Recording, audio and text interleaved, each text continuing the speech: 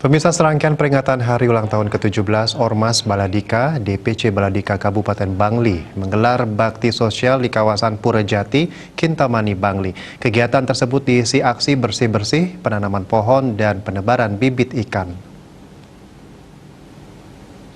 Bakti sosial DPC Baladika Bali Kabupaten Bangli dihadiri Wakil Bupati Bangli Wayan Diar, ratusan anggota Baladika Bali Kabupaten Bangli, Ketua DPC Baladika Kabupaten Bangli Sangyoman Putro Erawan, dan Sekjen DPD Baladika Pusat Bali Ikomang Mertojiwo. Kegiatan tersebut diawali dengan bersih-bersih di lingkungan Purejati seperti di kawasan parkir dan wantilan, memungut sampah plastik, memotong rumput liar, dan menata pertamanan. Aksi bersih-bersih itu juga bersinergi dengan Dinas Kebersihan Kabupaten Bangli. Selanjutnya persembahyangan bersama dilakukan di Puro Segara dan penanaman 100 bibit pohon alpukat unggul di kawasan Puro Segara dan Purejati, serta penyebaran 15.000 ekor bibit ikan mujair di Danau Batur. Menurut Ketua DPC Baladika Kabupaten Bangli, Sangyoman Putra Erawan, bakti sosial ini merupakan wujud implementasi konsep Trito Karana, memuliakan alam sebagai wujud dukungan terhadap program pemerintah menjaga danau, alam, dan kebersihan lingkungan. Ini salah satu bukti nyata bahwa Baladika Bali, DPC Kabupaten Bangli sangat dan amat mendukung pemerintahan kita terkait dengan apa yang menjadi visi misi daripada Bapak Bupati dan Bapak Wakil Bupati, Satkerti Loka Bali di Kabupaten Bangli. Ya, jadi Danu Kertinya kita penebaran benih ikan, Wana Kertinya kita penghijauan. Sementara Wakil Bupati Bangli Wayan Diar mengapresiasi kegiatan sosial yang digelar oleh DPC Baladika Kabupaten Bangli. Kegiatan ini dinilai sangat positif dan bermanfaat untuk menjaga lingkungan. Pihaknya pun berharap Baladika Bali bisa menjadi organisasi pembawa kedamaian sesuai dengan paradigma baru Baladika Bali.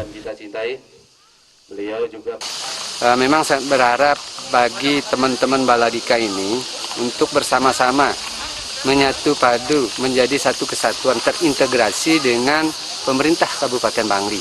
Karena saya sangat berkepentingan untuk teman-teman di Baladika itu ikut mensosialisasikan program-program pemerintah yang dilakukan oleh pimpinan baru menuju Bangli era baru.